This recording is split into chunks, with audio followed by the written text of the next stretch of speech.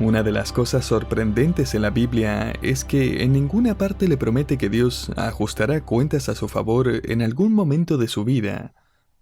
En ninguna parte la Biblia le promete que será vindicado de este lado del cielo, o que la cultura que lo rodea va a despertar y comenzar a apoyar y defender lo que sabe y cree que es la verdad.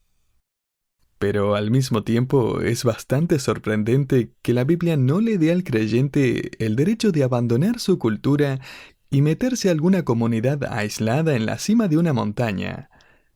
En cambio, las cartas inspiradas por Dios, enviadas a la iglesia a través de los apóstoles, literalmente nos ordenan que vivamos justo en el medio de nuestra cultura. Se nos dice que nunca esperemos algo a cambio de nuestra conducta piadosa o estándares de excelencia y pureza, sino que esperemos pruebas para desarrollarnos, y que no deberíamos sorprendernos cuando aparecen. Primera Pedro 4. Estoy seguro que una de las órdenes más sorprendentes en la Biblia fue la que Dios mandó a través del apóstol Pedro, sobre cómo actuar y cómo responder en medio de una cultura pagana. Creo que nada hubiera sido más sorprendente que los mandatos de Pedro en su primera carta y especialmente en el capítulo 2, donde continuamos nuestro estudio. Me imagino a todos los creyentes en todas las iglesias donde finalmente se leería esta carta en el primer siglo, tapándose la boca con las manos, con asombro, parpadeando fuerte 2 o 3 veces, y tal vez incluso escuchando un suspiro o dos entre ellos al escuchar el versículo 13. Por causa del Señor, someteos a toda institución humana, ya sea al rey como a superior, ya a los gobernantes como por él enviados. Espera un segundo. Jesús fue crucificado unos años atrás por la institución del gobierno. Junto con el Tribunal Supremo Judío, todos habían traicionado su papel de defender la justicia.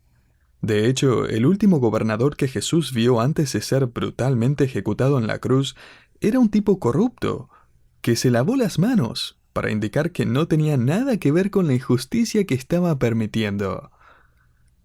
Solo unos meses después, Herodes mató a un líder de la iglesia. Y cuando vio que sus índices de aprobación subieron gracias a eso, Hechos 12 nos dice que planeó arrestar y matar a Pedro también. Pedro, ¿acaso te olvidaste de ese rey? Y apenas está procesando la sorprendente instrucción del versículo 15 cuando llega a 1 Pedro 2:17 y lee: honrad a todos, amad a los hermanos, temed a Dios, honrad al rey. Espera, ¿que haga qué? Muestre respeto al que tiene autoridad sobre usted. ¿Incluso a ese tipo de rey? Eso sería una sumisión sorprendente. Como verá, Pedro aquí está elevando nuestra perspectiva a un entendimiento de que hay alguien más arriba, hay alguien más grande que la política y el gobierno de la tierra. Y ese alguien resulta ser un Dios soberano que está a cargo de cada elección y cada nombramiento y cada juez y cada institución gubernamental en el planeta. Entonces, muéstreles toda la cortesía y el respeto y el honor que pueda. Otros pasajes nos dicen que oremos por ellos. 1 Timoteo 2. Tenemos que ver más allá de la política y el gobierno si queremos tener la perspectiva correcta en nuestro mundo actual. Habría sido difícil para la iglesia en el primer siglo creer que Dios era soberano mientras que Nerón estaba sentado en el trono. Y una cosa es escribir los versículos 13 al 17 que estudiamos en nuestro último estudio. Una cosa es someterse a un gobernador o emperador malvado que realmente no le gusta, pero que de todos modos probablemente nunca se lo va a encontrar en el supermercado o va a tener que interactuar personalmente con él. Pero otra cosa es que Pedro escriba lo que viene a continuación. Versículo 18. Criados, estad sujetos con todo respeto a vuestros amos. Esta es una sumisión verdaderamente sorprendente. Ahora, antes de meternos de lleno al tema, tenemos que hacer algunas observaciones. Cuando Pedro escribió esta carta, se estima que había 60 millones de esclavos en el Imperio Romano. Los esclavos eran básicamente todas las personas que no habían comprado su ciudadanía romana o tenían el privilegio de haber nacido romanos. Y para comprender este mandamiento hay que entender en primer lugar que la esclavitud en el mundo romano se basaba en el estatus social, económico y político, no en el color de piel o el origen étnico. Los esclavos eran simplemente la clase trabajadora más baja que básicamente hacía todo. Por el otro lado, como escribió un historiador, los ciudadanos romanos vivían mimados y ociosos, lo que, por cierto, finalmente condujo a la caída del imperio. Durante los días de Pedro, 60 millones de esclavos hacían prácticamente todo. Eran los cavadores de zanjas, los mineros, trabajadores del campo y los cocineros, pero también eran los maestros, los músicos, actores, artistas, médicos, secretarias. Si tenía que someterse a una cirugía en el primer siglo, el cirujano habría sido un esclavo. Ahora, cuando nosotros escuchamos la palabra esclavo o sirviente, generalmente pensamos en esa horrible trata de esclavos de los años 1700 y 1800 que gracias a Dios se prohíbe y condena el día de hoy. Y fue a través de los esfuerzos de los verdaderos cristianos que predicaron el Evangelio y sus aplicaciones que finalmente se logró abolir la esclavitud. Al enseñar que todos somos hechos a imagen de Dios, y que todo creyente, sin importar su raza o condición en la vida, es igual a los ojos de Cristo, ya sea libre o esclavo, Gálatas 3:28. Esa era una enseñanza revolucionaria. Pero imagínese ahora a Pedro escribiendo esta carta a iglesias donde un esclavo era el pastor y su amo era el miembro. Por ejemplo, Calixto, uno de los primeros líderes de la iglesia, era un esclavo. Imagine la dinámica que se iba a generar en la iglesia del primer siglo. El Evangelio va a crear una nueva cultura. Por cierto, cuando alguna persona critica la Biblia porque supuestamente aprueba la esclavitud, tenga en cuenta que la esclavitud en la Roma del primer siglo era muy diferente a la de los 1800. Los esclavos no se compraban ni vendían en contra de su voluntad. No se los secuestraban y luego los vendían a otras naciones. De hecho, si en los 1800 se hubiera obedecido la Biblia y aún la ley de Moisés, el tipo de esclavitud en la que usted y yo pensamos nunca hubiera existido. Por ejemplo, Deuteronomio 24:7 dice: «Cuando fuere hallado alguno que hubiere hurtado a uno de sus hermanos, los hijos de Israel, y le hubiere esclavizado o le hubiere vendido, morirá el tal ladrón, y quitarás el mal de en medio de ti». Entonces, de acuerdo con la ley, Dios dejó en claro que la compra y venta de seres humanos secuestrados era un mal que merecía la pena capital. En el Nuevo Testamento, Pablo enumera los pecados que son especialmente perversos y en medio de la lista incluye a los secuestradores, 1 Timoteo 1:10, los que secuestran con el propósito de esclavizar a otro ser humano. Escuche, la esclavitud como sucedió en los 1800 no existió a causa de la Biblia, sino a pesar de la Biblia. Pero lo que es fascinante es que donde quiera que el Evangelio penetra, marca la diferencia en este sentido. Y en los países que prohíben el Evangelio, este mal es difícil de eliminar. Será la verdad revolucionaria y transformadora del Evangelio que cambiará la cultura y las instituciones del mundo donde penetra. Permítame hacer otra observación importante aquí, y es que Pedro no usa la palabra normal para esclavo aquí. Él usa una palabra que se encuentra solo otras 3 veces en el Nuevo Testamento y se refiere a los sirvientes domésticos. Si bien ellos no tenían los derechos de la ciudadanía romana, dependiendo de su amo, podían recibir una educación, ingresar a una profesión como la medicina o la música, e incluso representar a su hogar en una variedad de formas. Piense en los sirvientes de la aristocracia inglesa que hacen todo el trabajo mientras que la familia pasa todo el día tomando té. Piense en José, quien se convirtió en el administrador de la casa de Potifar. Sin embargo, al igual que José, y a diferencia de un mayordomo en la Gran Bretaña del siglo XX, el sirviente del primer siglo en Roma todavía no tenía posición legal. Su mundo podría cambiar al capricho de su amo. Su hogar podía ser brutal o benévolo. Y Pedro va a hablar de ambos. Volvamos a la exhortación del versículo 18. Criados, estad sujetos con todo respeto a vuestros amos. El texto es fácil de aplicar en el siglo XXI en la relación de un empleado con un empleador. De hecho, se podría señalar que si a un sirviente sin derechos personales o paquetes de beneficios se le ordena mostrar respeto a su amo, ¿qué excusa tenemos nosotros para faltarle el respeto y desobedecer a quienes tienen autoridad sobre nosotros, dados todos nuestros derechos y beneficios? Pero tal vez esté pensando, obviamente Steven no sabe nada de mi jefe, o mi maestro, o mi supervisor.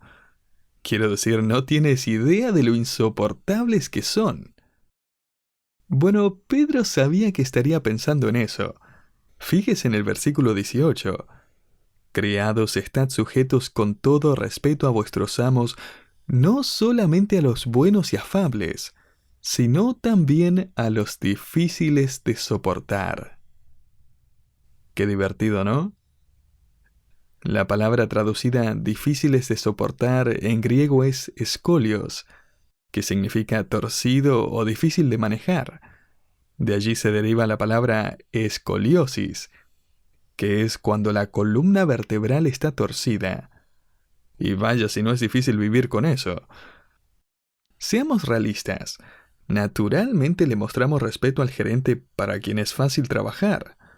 Nos sometemos al supervisor que parece apreciar nuestro trabajo. Nos sometemos a un jefe que no nos da más trabajo del que queremos.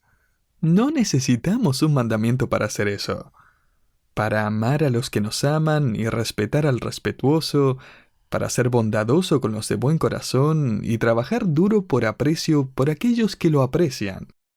No necesita ayuda con eso. Lo que no es fácil de hacer es someterse cuando se siente atrapado. Quizás así es como se siente en su trabajo. No hay respeto. Lo menosprecian constantemente. De hecho, podría estar sirviendo a un jefe cuyos pensamientos son torcidos y es difícil tratar con él. Y nada de lo que hace recibe una palabra de elogio. Un escritor contó sobre el tiempo en el que trabajaba en un hotel como asistente del supervisor de alimentos. El supervisor se llamaba Jorge. Era buen trabajador, pero ruidoso y muy crítico. Tenía favoritos, y dividía a todos entre amigos y enemigos. La panadera principal era uno de sus enemigos, por alguna razón desconocida. Nada de lo que hacía lo complacía. Un día ella hizo panqueques de manzana y canela y Jorge envió a su asistente, el escritor, para que le trajera un poco de masa para probar. Él probó un poco y luego dijo, «No es lo suficientemente dulce, devuélvelo». Así que devolví la masa a la panadera y ella le agregó un poco de azúcar y se la devolví a Jorge, quien la probó y gritó, «Es demasiado dulce, devuélvelo». La tercera vez, la panadera se quedó allí, mirando la masa enfurecida. Luego sacudió un recipiente vacío sobre la masa, agitó la cuchara en el aire y me dijo que me llevara la masa. Y después de que Jorge la probó de nuevo, me dijo, «Ya está, perfecto». Tal vez acabo de describir a su jefe. Y espero no haberlo descrito a usted. Mire, lo que deja el Evangelio en alto es cuando obedecemos este mandamiento y mostramos una sorprendente sumisión a un jefe como Jorge. Cuando amamos a los que no nos aman, al respetar a los irrespetuosos, al ser amable con los desagradables y al trabajar duro para alguien que nunca ofrece una palabra amable a cambio. Esa es una sumisión sorprendente. Y ese tipo de ética de trabajo, en el primer siglo y en el siglo XXI, probará el poder transformador del Evangelio más que 1000 tratados e invitaciones a la iglesia.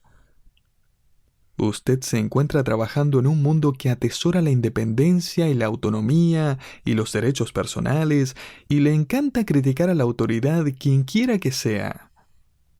La fuerza laboral está llena de personas quejosas y demandantes, personas que hacen valer sus derechos y discuten sobre sus asignaciones. Y la pregunta que Pedro haría aquí ¿es usted uno de ellos? ¿Es de los que persiguen la promoción a toda costa y más vale que nadie se interponga en su camino? ¿De los que hablan mal de los otros empleados, critican la gerencia y están constantemente promoviéndose a sí mismos? ¿Ha pensado que podría estar fomentando algo similar en sus hijos al quejarse cuando no los ponen al frente de la fila? ¿Complaciendo cada una de sus quejas? ¿Llamando a ese maestro por no darle una mejor nota? ¿Molestando al entrenador por no darles más tiempo en el partido o un mejor papel en la obrita de la escuela?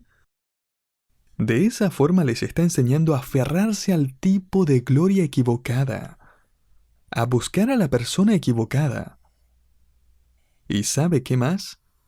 Les está enseñando a que no deben ver más allá de la política y el gobierno. Enséñeles desde ahora a demostrar sumisión y respeto a las personas con autoridad, ya sea un entrenador o un maestro, incluso cuando puedan ser desagradables y difíciles de soportar. Ese es el punto de Pedro. Aprendamos a demostrar respeto y humildad en ese campo de juego, o en ese salón de clases, o en esa sala de juntas, o en ese trabajo, respondiendo con esta sumisión sorprendente. Pedro ahora insinúa el recurso que hace posible esta sorprendente sumisión. Fíjese en el versículo 19, porque esto merece aprobación, si alguno a causa de la conciencia delante de Dios sufre molestias padeciendo injustamente. Entonces, ¿cómo va a soportar el dolor de sufrir injustamente? Note, su conciencia está delante de Dios. El creyente es capaz de soportar las penas porque es consciente de la presencia de Dios. Él es consciente de Dios. En otras palabras, es consciente del hecho de que su jefe no es Jorge. En última instancia, es Dios. Y fíjese que usted sufre molestias. Esta palabra transmite una imagen de estar sosteniendo un peso sin sucumbir a la carga. ¿Cómo? Está trabajando bajo esa carga consciente de la presencia de Dios. Está sosteniendo una carga sabiendo que Él lo está sosteniendo a usted. Y no pase por alto que está padeciendo injustamente, escribe Pedro al final del versículo 19. Esta es la verdad, está sufriendo injustamente. Es un trato inmerecido, es injusto. Y es ahí cuando la sumisión es más sorprendente. Y podría agregar también cuando la semejanza a Cristo se vuelve aún más obvia. De hecho, en el siguiente párrafo, Pedro va a identificar al creyente que responde con humildad y respeto a pesar de sufrir injustamente, nada menos que con Jesucristo mismo. Pero por ahora continuemos en el versículo 20. Pues qué gloria es si pecando sois abofeteados y lo soportáis. Esto es en contraste con sufrir injustamente. Y es que una cosa es sufrir injustamente y otra es ser castigado por hacer el mal. Escuche, cuando lo detienen por pasarse un semáforo en rojo al volver de la iglesia, eso no es persecución. No está sufriendo por su fe. Hay una gran diferencia entre la persecución por hacer lo correcto y el castigo por hacer lo incorrecto. Me acuerdo cuando era niño y tenía unos 12 o 13 años, que durante el verano mi amigo del vecindario y yo solíamos pasar horas explorando un bosquecito no muy lejos de la casa hasta que oscurecía. Había un complejo de apartamentos en el borde de la zona de camino a casa, y en el área abierta que solíamos atravesar había una gran caja eléctrica gris que conducía la electricidad de todo el edificio, y estaba controlada por una gran manija gris. No estaba bloqueada o trabada porque para ese entonces no había necesidad de hacerlo. Cambiaríamos eso por el resto de la historia. Solíamos asegurarnos de que no hubiera nadie mirando, luego bajábamos la palanca y salíamos corriendo mientras todo el edificio se quedaba en oscuras. No me acuerdo cuántas veces hicimos eso, unas 2 o 3 veces, tal vez 4 o 5. Por cierto, esto fue antes de mi salvación, pero tengo que decirle que me acuerdo muy bien de la última vez que lo hice. Esa última vez, 2 hombres, uno de ellos vestidos con uniforme militar, estaban parados en el balcón justo encima de donde corríamos hacia la casa. Esa noche escucharon que la palanca eléctrica se cerraba de golpe, vieron que el edificio se apagaba de inmediato y 2 niños corriendo. Se dieron cuenta de lo que había pasado y todavía recuerdo escuchar a estos hombres gritar: «¡Hey, tú!». Me di la vuelta para mirar justo cuando ese hombre con el uniforme del ejército saltó por encima de la barandilla del balcón, aterrizando de pie como Sylvester Stallone, y salió tras nosotros. Gracias a Dios lo perdimos. Si no, capaz que hoy no estaría escuchando este programa. Si nos hubieran agarrado, nos habrían dado una paliza. Y con razón. Y es que una cosa es sufrir injustamente y otra es la consecuencia justa de hacer algo malo. Y Pedro está distinguiendo entre la persecución injusta y un castigo justo. Si su jefe lo está confrontando constantemente por la falta de calidad en su trabajo, o por llegar tarde todo el tiempo, o por tener una mala actitud en el trabajo, o lo que sea, eso no es una persecución injusta. Esa es una evaluación justa. Y Pedro escribe en el versículo 20, ¿qué gloria hay en eso? La palabra traducida gloria solo se usa aquí en todo el Nuevo Testamento, y es una palabra que significa un buen informe. Pedro básicamente está diciendo aquí: escuche, usted no recibe honor por ser un empleado holgazán, descuidado y resentido solo porque su jefe notó que ora antes de almorzar. No funciona de esa manera. De hecho, si eso describe su ética y actitud de trabajo, permítame alentarlo a que deje de orar antes de almorzar. No deje que nadie lo vea orar, ni que sepa que es un cristiano. No hay gloria en ese tipo de reputación. No hay un buen informe en eso. Note ahora nuevamente el versículo 20. Mas si haciendo lo bueno sufrís y lo soportáis, esto ciertamente es aprobado delante de Dios. O sea, cuando sus supervisores u otros empleados lo convierten en el blanco de sus bromas y se burlan de su testimonio, cuando su arduo trabajo lo atribuyen a otra persona, cuando el jefe tiene favoritos y nunca lo incluyen a usted, y francamente todo se debe a su relación con Cristo y su buena actitud, y su conducta respetuosa y amable sin una actitud de superioridad u orgullo, porque a pesar de todo lo soporta con gracia, soporta la carga mientras depende de que el Señor lo sostenga a usted, esto encuentra el favor de Dios. Este es el premio máximo, esta es la recompensa más grande, el elogio misericordioso de Dios. F.B. Meyer, un pastor británico durante la década de 1800, comentó este texto diciendo que cada vez que hay este tipo de sumisión frente a una persecución injusta, Pedro nos dice que hay un enorme deleite en el corazón de Dios, y desde el trono Dios se inclina para decirle: buen trabajo. Imagínese, Dios diciendo: buen trabajo.